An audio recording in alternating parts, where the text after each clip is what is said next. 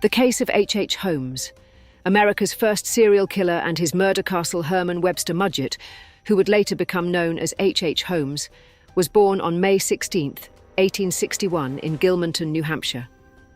He spent his childhood in a tiny rural milieu. The early years of his life did not provide any clues about the horrific figure that he would eventually become.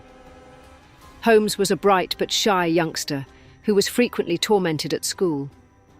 He was the son of a strict father and a devoted mother.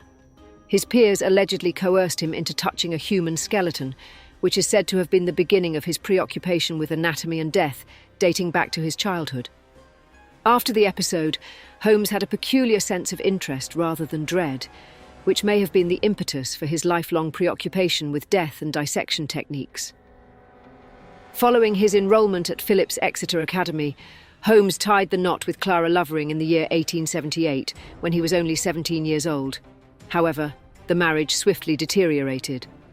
After that, he went on to study medicine at the University of Vermont. After that, he transferred to the medical school at the University of Michigan, where he became renowned for stealing cadavers from the laboratory at the university. These bodies would be used by Holmes to commit life insurance scams, in which he would claim that the victims had died as a result of accidents and then collect the payouts. When he first began engaging in fraudulent activity, it was clear that he was willing to take advantage of both live and deceased people for financial benefit. During his time in medical school, Holmes further reinforced his image as a savvy manipulator among the medical community. Through the course of his life, he honed his ability to persuade others to carry out his wishes, a skill that he would eventually perfect. Following the completion of his education, he left his wife and child behind, going to a number of different places while using a variety of aliases, indulging in minor scams, and even working as a pharmacist. During this time period, it is speculated that Holmes may have committed his initial killings. Nevertheless, the specifics of these murders continue to be a mystery. Holmes arrived in Chicago in the year 1886, a city that was experiencing fast growth and was on the verge of holding the World's Columbian Exposition in the year 1893. It was in this location that he would establish his most notorious business venture, a hotel that would subsequently be referred to as the Murder Castle.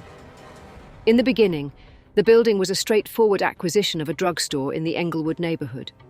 However, it quickly grew into a vast three-story behemoth that occupied an entire city block. Holmes was personally responsible for overseeing its construction, and he often fired and replaced builders in order to guarantee that no one was aware of the building's whole orientation. The end result was a nightmare that was very similar to a labyrinth: halls that led nowhere, staircases that ended suddenly, doors that opened to brick walls, and concealed chutes that delivered bodies directly into the basement. For the purpose of accommodating guests who were attending the World's Fair, the upper floors of the Murder Castle were meant to function as a hotel. The genuine aim of the edifice, on the other hand, was somewhat more evil. It contained rooms that were equipped with gas pipes, airtight vaults, and soundproof chambers, which enabled Holmes to asphyxiate his victims without being discovered. Surgical tables, vats of acid, lime pits, and a cremation were all present in the basement, which was an even more unsettling location than the rest of the building. Through the use of his medical skills, Holmes would dissect his victims and then sell their bones to medical institutions. This was a technique that not only made him financially successful, but also helped him conceal evidence of his criminal activities. Women made up the majority of Holmes's victims, and many of them were young, single, and new to the city, which made them particularly susceptible to being victimized. In addition to enticing women to work for him or rent rooms in his hotel, he advertised employment openings in the newspapers of the area. Through the use of his inherent charm, Holmes would woo or manipulate these women, and he would frequently be successful in persuading them to hand over their insurance policies and savings accounts to him. Once Holmes determined that they were no longer useful, he would place them in one of the death traps that were located within the castle, where they would be subjected to a torturous and terrible death. Some of them were put to death by being gassed, some by being starved or smothered, while still others were subjected to torture or experimentation before they were put to death. Julia Smythe, who was the wife of one of Holmes's work associates, was one of the most notorious victims of the detective. Julia became pregnant after Holmes began an affair with her, and he made a commitment to marry her after she became pregnant. Holmes, however, murdered both her and her small daughter, and then disposed of their bodies without leaving any evidence. This occurred when she insisted on getting married. Because of the ephemeral character of life in the bustling metropolis, the disappearances of Julia and her daughter were originally disregarded. This was owing to the fact that people came and went, frequently without questioning their presence. For a number of years, Holmes's atrocities were mostly overlooked, since they were concealed beneath the mask of respectability that he presented.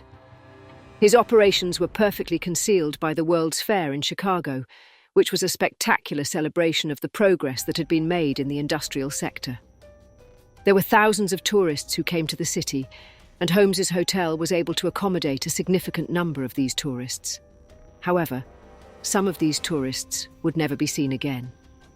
His murder spree occurred during a period of time when law enforcement was in its infancy, and incidents of missing persons were frequently disregarded. This was especially true in cases involving young ladies who were believed to have travelled out of town on their own volition. Holmes was infamous for his deceptions and hoaxes, despite the fact that his killings were among the most terrible in history. His fraudulent activities included cheating creditors, insurance organisations, and business partners. He engaged in a multitude of frauds. In the course of his many fraudulent schemes, he devised a scheme to deceive insurance companies by pretending that his accomplice, Benjamin Pitezel, had passed away. Holmes and Pitezel had devised a scheme to make it appear as though Pitezel had been killed in an accident. After that, Holmes would then receive the money from the insurance company. On the other hand, Holmes betrayed his partner by killing Pitezel in a direct manner and then collected the reward for himself. It turned out that Holmes's downfall was brought on by the murders of Pitezel and his children, who were also killed by Holmes. In November of 1894, Holmes was taken into custody for insurance fraud when a Philadelphia insurance firm became suspicious of him. An inquiry was launched as a result of the arrest, which led to the discovery of Holmes's broad web of illicit activity. Frank Geyer, a detective from the Pinkerton Police Department, followed Holmes's trail and eventually found the bodies of Pitezel's children. Holmes had murdered and concealed the bodies of the children in various sites across the Midwest. After Holmes was taken into custody, his macabre empire started to fall apart. In the course of their investigation, the investigators searched the murder castle and discovered its horrible secrets. Despite the fact that it was hard to ascertain the precise number of individuals that Holmes had murdered, estimates varied from 17 to more than 200. Holmes admitted to being responsible for 27 killings. However, many of his confessions were riddled with inconsistencies and embellishments, making it difficult to differentiate between reality and fiction with regard to his statements. The nation was enthralled by the trial of Holmes, which began in the year 1895. The public was appalled by the gory details of his murders, as well as by his placid demeanour, which was practically oblivious to the situation. It was with a frigid detachment that he delivered his confessions, and he frequently spoke about his victims as if they were nothing more than objectified things.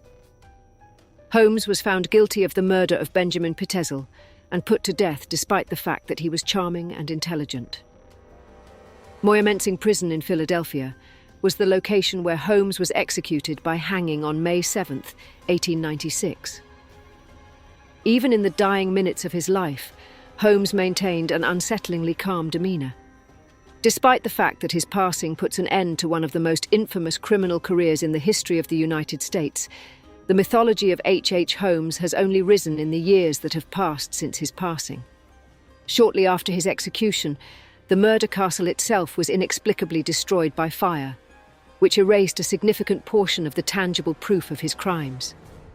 The grisly mythology of the murder castle, on the other hand, has endured so long that it has become an important episode in the history of true crime in the United States. Both the field of criminal psychology and the field of studies on serial killers have been irrevocably altered as a result of Holmes's case.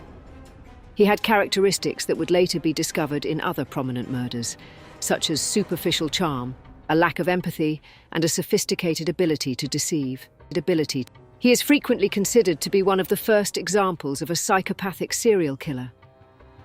Using the anonymity and turmoil of urban life, Holmes was able to carry out his criminal activities.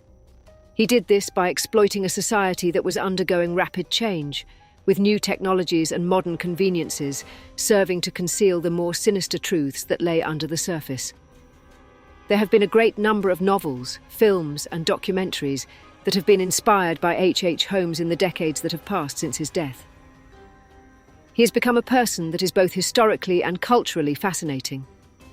His narrative exemplifies the junction of modernity and monstrosity, a point at which progress and horror met in a manner that continues to grab the imagination of the general public. Thanks for watching. Don't forget to like and subscribe to our YouTube channel.